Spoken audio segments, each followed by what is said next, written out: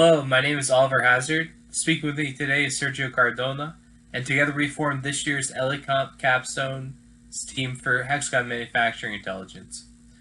Our project is part ID2, part identification and post-processing using a collaborative robot. Team Hexagon consists of myself, Sergio Cardona, a computer engineer with a minor in math, and Again, I'm Oliver Hazard. My majors are electrical engineering and Spanish. Our technical directors are John O'Hare, Business Development Manager at Hexagon Manufacturing and URI alumni, and Dr. Van Beersodi, Professor of Industrials and Systems Engineering at URI.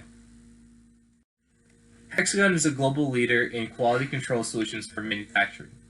They develop everything from automation to autonomy in the field of metrology. One of the metrology devices that they make is the coordinate measuring machine, also known as a CMM. The CMM consists of a probe tip on a gantry system on top of a granite base, and it moves in 6 degrees of freedom to determine if objects are within compliance for company specifications.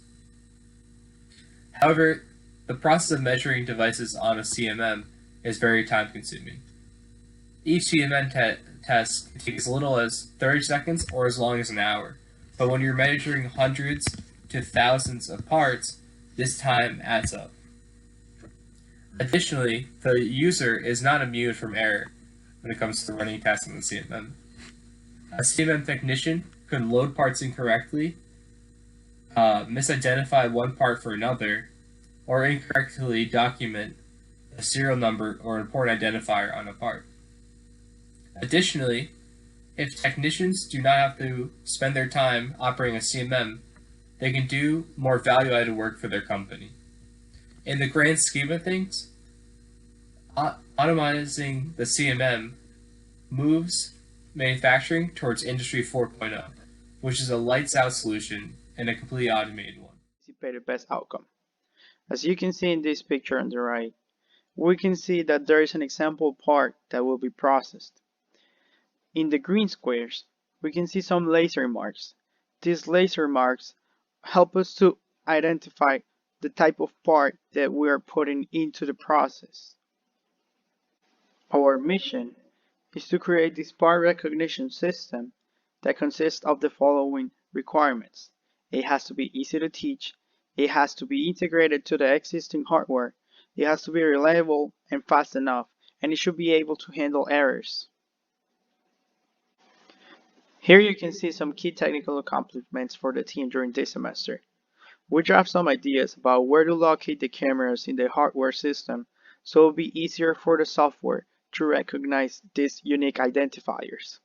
Also, we did some improvements to a turntable that helped us during the process. Another key technical accomplishment was the creation of a test fixture for identifying parts in the drawers and testing. We will talk a little bit more about some of this later in the presentation. Before we talk about our achievements during this semester, let's talk about the economic impact for the company.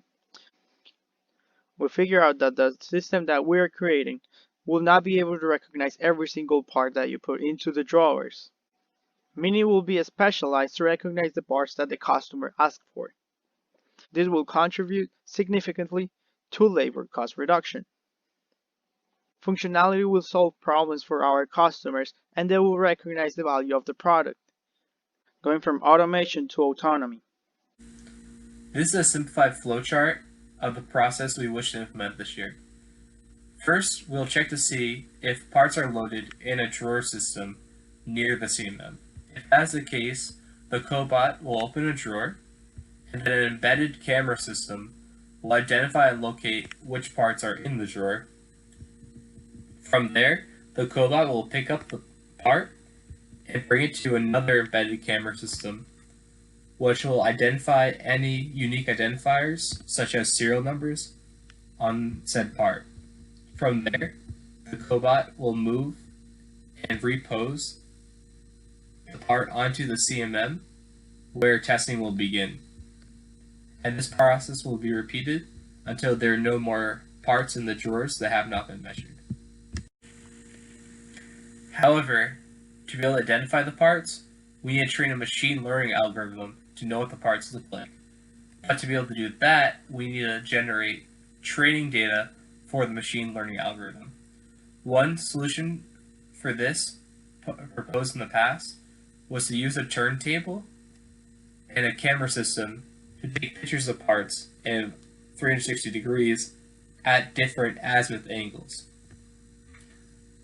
How it operates is that a Raspberry Pi controls a servo motor that turns the turntable, and while it's turning the turntable, cameras mounted on an arc, as you see here, will take pictures of the part in between turns.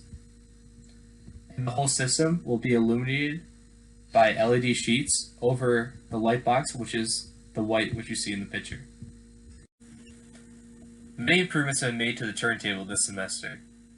The minimum step size of the stepper motor has been decreased from 2 degrees to 1 degree. Additionally, the previous turntable only supported one camera. As we wish to take pictures of parts at multiple angles, this would be very tedious with one camera. Because of this, a multi-camera board has been added to the system, and the current setup supports 4 5-megapixel cameras at 4 different angles. Additionally, we wanted the lights on the light box around the turntable to turn on when we want to take training data pictures and turn off when we're done taking pictures. And this has been implemented using an electrical relay. Also, when a new training set is ran, an directory is created automatically now to save the set by its part type and then by its set subfolder. We rate this as a medium difficult task. There's still improvements to be made to the turntable. We want to be able to send pictures automatically to a server in Dr. Sodi's lab to save space on the Raspberry Pi and to allow for cloud access to the training data pictures. Additionally, we want to increase the size of the base of the turntable from its current 5-inch radius to a 12-inch radius. And because of this, we will have to purchase a larger light box and develop a larger camera arc. And some things we like to change to allow for better data collection is to diffuse the ring lights as they are very direct, and to change the base color to something like a green screen as black parts blend in with a black base.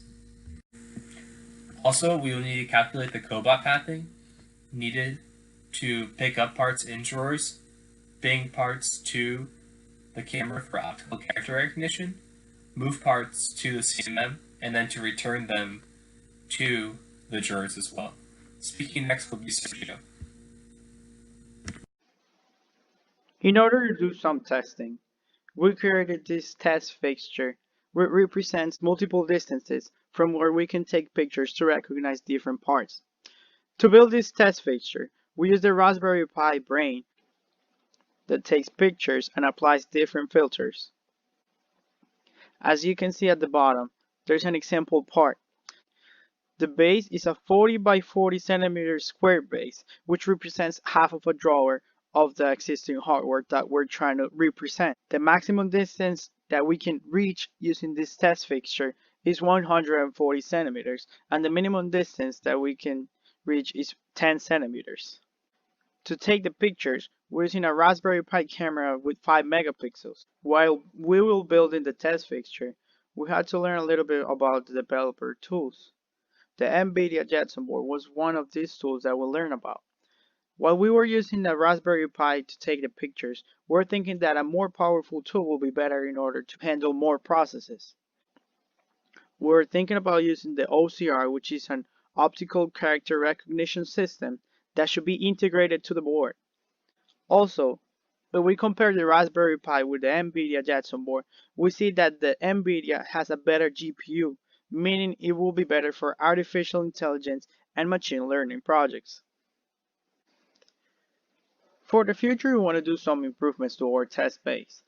First of all, we want to change the brain using an Nvidia Jetson board. We don't want to use the Raspberry Pi anymore because we want to incorporate the software into the board. Another improvement would be to design a way to take pictures at different angles, which could be very helpful to determine which angle will be the better option in order to recognize each part. And one last thing, we want to add some lighting so we don't have any shadows that can affect our results. Before we finish, we would like to thank our technical directors Jonathan O'Hare, Dr. Sodi, our consulting technical director Jeremy Peacock, and our Capstone program director Dr. Sunak for the continuous help and support. Thank you.